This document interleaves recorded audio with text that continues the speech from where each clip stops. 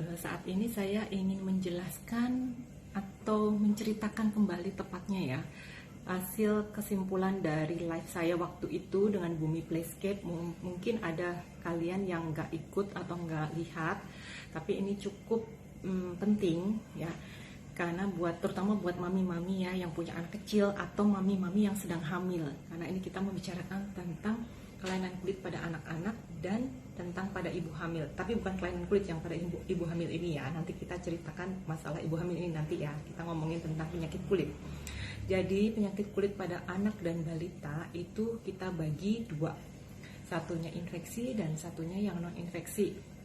Infeksi bisa disebabkan karena bakteri, jamur, parasit, atau virus.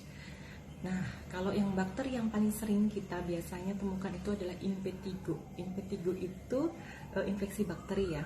Biasanya gejala klinisnya itu ada dua macam, impetigo crustosa dan vesicobulosa. Kalau crustosa biasanya di sekitar hidung, sekitar mulut itu ada keropeng yang berwarna kuning seperti madu. Nah, itu juga biasanya khas dan menular. Jadi pasien yang dengan keluhan seperti ini akan kita isolasi dan kita berikan dia tidak boleh sekolah. Kalau sekarang pandemik jadi tetap di rumah ya, tapi kalau misalnya pada masa yang normal kita tidak izinkan untuk sekolah karena bisa menularkan ke anak yang lain. Selain itu impetigo vesicobulosa. Kalau impetigo vesicobulosa itu bentuknya ada lepuh-lepuh yang dindingnya kendur dan isinya ada nanahnya. Nah, itu juga biasanya disertai dengan gejala demam, sama seperti yang impetigo crustosa tadi, gejalanya ada demamnya. Nah, ini biasanya juga menular sehingga pasien dengan keluhan seperti ini kita isolasi. Kemudian infeksi karena virus. Kalau karena virus pada anak-anak paling sering itu, yang paling sering banget itu molluscum contagiosum. Itu biasanya bentuknya seperti jerawat, tetapi dia tengahnya itu ada kraternya. Krater itu seperti kawah. Jadi khas banget kalau misalnya kalian menemukan seperti jerawat bintil, seperti jerawat di tubuh anak, segera konsultasikan ke dokter karena itu bisa menular. Dan menularnya nggak cuma ke orang lain, tapi ke anaknya itu sendiri. Jadi lebih banyak. Sebenarnya sih tidak apa-apa, tidak bahaya, tetapi terapinya itu akan menimbulkan trauma karena seperti dipencetin jerawat. Jadi kita mengeluarkan isi badan molluscumnya itu, enukleasi kita ambil isinya. Kalau udah diambil baru dia bisa. Jadi kadang-kadang menimbulkan trauma buat anak-anak ya. Kemudian infeksi virus yang lain itu kutil. Kutil itu paling sering di jari, di tangan juga bisa, di siku juga bisa. Itu biasanya bentuknya seperti benjolan dan permukaannya kasar. Biasanya ibu-ibu tidak ngeh bahwa ini ternyata menular, dikirain cuma kapalan. Nah, itu harus hati-hati, periksa segera ke dokter supaya segera diambil tindakan, kalau enggak nanti menular. Nah, biasanya yang paling susah diobatin itu adalah yang di dekat kuku, karena itu nanti akan menimbulkan nyeri pada saat kita kuretase atau pada saat kita laser, karena terapinya adalah dikikis atau diangkat. Kalau misalnya diangkat dengan operasi juga bisa, tetapi saya lebih rekomen untuk laser atau kauter atau dengan kuretase plus kauter dan laser. Itu lebih bersih ya. Tetapi masih ada kemungkinan timbul kambuh lagi. Nah, itu yang membuat trauma juga, sehingga sebaiknya kalau misalnya ada kelainan kulit yang benjolan, permukaannya kasar, itu segera diperiksakan ke dokter kulit. Ya, yang ketiga itu tentang cacar ya. Infeksi virus karena cacar air itu khas.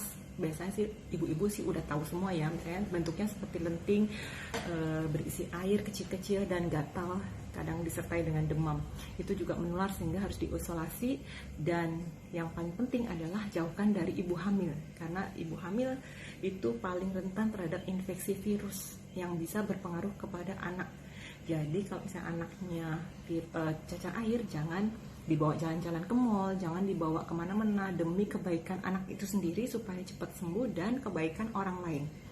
Kemudian viral exanthem itu biasanya bercak-bercak seluruh badan, bentuk tidak gatal, kadang-kadang gatal tapi pada umumnya sih tidak gatal dan timbul setelah demam. Nah, itu juga hati-hati.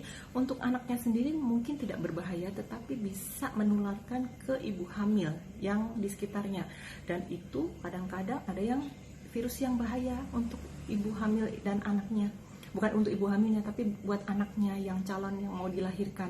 Itu bisa menyebabkan cacat. Sehingga untuk mami-mami yang anaknya ada viral exanthem sebaiknya dirumahkan. Jangan sekolah, jangan jalan-jalan ke mall, karena itu bisa berbahaya untuk sekitarnya. Oke? Tadi sampai mana?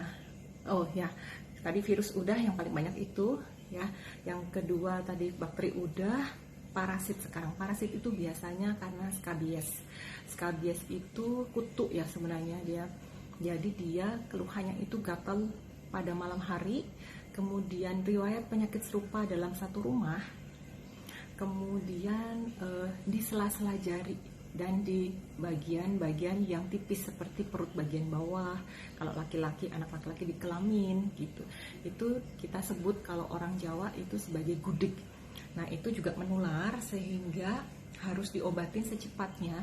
Dan yang diobatin nggak cuma anaknya, tetapi satu rumah, karena bisa pingpong. Dia bisa menular lewat barang-barang yang dipakai oleh bergantian, seperti handuk, spray, bantal. Kadang-kadang kan mungkin mamanya pakai handuk anaknya pakai handuk mamanya. Itu bisa menular sehingga harus diobatin seluruh anggota keluarga. Dan itu biasa diobatin 1 kali seminggu. Kalau cara pengobatannya betul, dengan obat yang betul, itu biasanya mudah diobatin. Sehingga kalian kalau misalnya ada keluhan seperti yang saya sebutkan tadi, segera konsultasikan ke dokter. Jangan mencari-cari alternatif, karena nanti akan memperpanjang fase penyembuhannya. Kan kasihan, karena itu juga gatal, terutama pada malam hari. Kemudian nanti juga bekas-bekas kan jelek. Jadi sebaiknya kalian cepat langsung ke dokter. Kemudian selain skabies itu biasanya kutu paling sering, karena kan biasanya nularnya cepat banget. Kalau kutu itu gampang, anaknya pasti garuk-garuk. Kemudian mami kalau mau lihat ya mana sih kutunya, itu kadang-kadang nggak kelihatan, apalagi kalau fase awal ya, kutu baru nemplok di kulit kepala itu kan belum banyak ya kutunya, jadi agak susah mencari. Nah cara paling gampang adalah mencari telurnya. Caranya adalah di tengkuk, di daerah sini. Ini biasanya kelihatan. Jadi bentuknya itu seperti lonjong, kecil, lonjong seperti ketombe, tapi bentuknya lonjong dan ada seperti ekornya. Itu khas banget untuk telur kutu. Kalau mami-mami menemukan 1 aja atau 2 aja, itu cepet-cepet berobat ke dokter. Karena terapinya sebenarnya gampang, tetapi satu lagi harus diobatin satu rumah, terutama yang tidur bersama anak atau yang deket, yang apa ya istilahnya neninya atau susternya yang selalu 24 jam sama anak, maminya itu juga harus diobatin supaya nggak pingpong sekali lagi. Jadi itu juga sama, harus diobati dengan benar supaya nggak prolong atau nggak memperpanjang, karena kalau makin lama diobatinya itu kutu makin banyak dan makin menularkan ke teman-temannya, nanti bisa jadi wabah di sekolahnya kalau misalnya tidak diobatin secepatnya. Karena itu juga menular melalui barang-barang yang dipakai seperti karet rambut. Kalau anak cewek kan suka pinjam karet rambut kayak gitu, itu bisa menular ya. Untuk infeksi kurang lebih seperti itu yang paling sering. Oh ya, jamur. Infeksi jamur biasanya kalau pada anak-anak itu karena panu ya. Panu sama ada satu lagi namanya tinea. Kalau panu itu biasanya seperti ya udah tahu, bercak-bercak putih bisa di wajah, dahi kalau anak-anak ya. Bayi sih jarang, tapi bisa juga. Kemudian di punggung, daerah-daerah yang sering berkeringat. Bercaknya biasanya tidak gatal, tetapi ada juga yang gatal. Nah itu juga harus diobatin. Sebenarnya dia tidak menular secara langsung ya, tetapi bisa menular bila kondisinya memungkinkan, karena kan di situ ada spora juga yang bertebangan di sekitarnya, tapi secara tidak langsung. Kalau yang tinea itu biasanya bentuknya bercak merah, tepinya lebih aktif. Tepinya lebih aktif itu lebih merah daripada daerah tengah, dan sisiknya juga di sekitar tepi. Itu biasanya gatal. Kemudian di area-area yang biasanya di area lipatan-lipatan seperti lipatan paha, di bawah payudara. Tetapi kalau pada anak-anak sih biasanya di lipatan paha atau di wajah juga bisa, atau di tangan, di kaki juga bisa. Itu biasanya ditularkan melalui binatang peliharaan seperti kucing, anjing, burung, atau lewat tanah misalnya, suka main-main di tanah atau ketularan dari orang lain. Nah ini juga harus diobatin karena akan mengganggu gatalnya sehingga dan menular. Nah dan itu ada beberapa beberapa hal yang perlu dijelaskan lebih detail kepada orang tua anak supaya nggak kambuh-kambuhan, karena ini penyakit kalau nggak benar terapinya, baik terapi medikamentosa maupun terapi non medikamentosa, artinya edukasinya nggak benar, itu bisa kambuh-kambuhan ya. Yang ini yang infeksi kurang lebih seperti itu. Kalau yang non infeksi itu bisa karena genetik, penyakit genetik dan non genetik. Kalau penyakit genetik biasanya langka, penyakitnya jarang, sehingga itu menjadi topik tersendiri. Jadi tidak saya bicarakan di sini. Kalau yang non genetik itu biasanya eksim yang paling sering. Eksim itu macam-macam, ada dermatitis atopik. Dermatitis atopik itu yang kemarin saya jelaskan, sudah dijelaskan. Ada dermatitis kontak. Dermatitis kontak itu bisa karena iritan atau bisa karena alergan. Ya, kemudian dermatitis seboroid atau biasanya kita suka sering sebut ketombe ya, tetapi ketombe itu juga nggak selalu dermatitis seboroid. Ada beberapa ketombe yang disebabkan karena dermatitis kontak, iritan atau alergi. Kemudian dermatitis numularis itu yang biasanya eksim bentuknya bulat-bulat kayak koin. Nah itu juga itu masuk golongan eksim atau peradangan di kulit. Cuman perjalanan penyakitnya biasanya agak sedikit berbeda ya. Obatnya sih kurang lebih sama, tetapi terapi non medikamentosa yang saya sebutkan tadi agak berbeda. Seperti misalnya dermatitis kontak iritan ya, stop iritannya, nggak boleh pakai misalnya sabun A atau nggak boleh pakai minyak kayu putih, itu karena itu penyebab iritannya. Kalau dermatitis atopik ya harus pakai skin barrier cream yang betul, cara pakainya, mandinya harus betul, suhu ruangan harus betul, seperti itu. Kemudian kalau yang dermatitis seboroid itu biasanya kalau pada bayi itu kulit kepalanya ada sisiknya warnanya kuning berminyak, itu biasa kita sebut cradle cap. Nah itu bisa terjadi pada bayi dan biasanya pada balita jarang ya, tapi pada bayi. Kalau pada balita nanti keluarnya keluhan biasanya di belakang telinga, suka ada sisik gatel, kadang bercak merah gatel.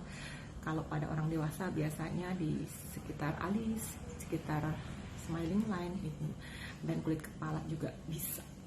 Jadi kalau pada anak-anak seboroid dermatitis biasanya paling sering tuh di belakang telinga nih, paling sering tuh. Itu kita curiga nanti dia akan dewasanya akan timbul keluhan seboroid dermatitis yang tadi saya sebutkan di area wajah. Kemudian sudah eksim ya. Jadi itu yang non genetik. Paling sering memang dermatitis. Nah itu pengobatannya biasanya ya dengan obat anti radang, kemudian dengan edukasi yang tadi saya sebutkan sesuai dengan jenis dermatitis masing-masing. Jadi memang harus konsultasi ya ke dokter ya supaya nggak kambuh-kambuhan, karena ini sebenarnya bisa dikontrol, cuman bisa kambuh lagi gitu. Kemudian masalah, nah kemarin ada pertanyaan dari Natasha yang hostnya Bumi Playscape tentang diet pada ibu hamil yang punya riwayat atopi. Jadi ternyata kalau ibu hamil ini ada riwayat atopi atau riwayat kulitnya sensitif dan alergi yang seperti yang saya bilang waktu dermatitis atopik, itu ternyata makanan itu pengaruhnya ke bayi yang akan dilahirkan nanti. Kalau dia ini kita ngomongin tentang lactobacillus ya, bukan lactobacillus, namanya prebiotik. Jadi prebiotik itu kalau misalnya dikonsumsi dari usia kehamilan 35 minggu ke atas, itu akan menurunkan resiko terjadinya dermatitis atopik pada anak yang akan dilahirkan nanti. Nah itu sudah diteliti dan ternyata ada perbedaan bermakna. Ibu yang mengkonsumsi prebiotik selama hamil itu anaknya akan lebih ringan derajat atopik dermatitisnya dibandingkan dengan yang tidak mengkonsumsi ya, atau menurunkan resiko terjadinya dermatitis atopik, sehingga disarankan ibu-ibu hamil dengan riwayat atopi itu mengkonsumsi prebiotik.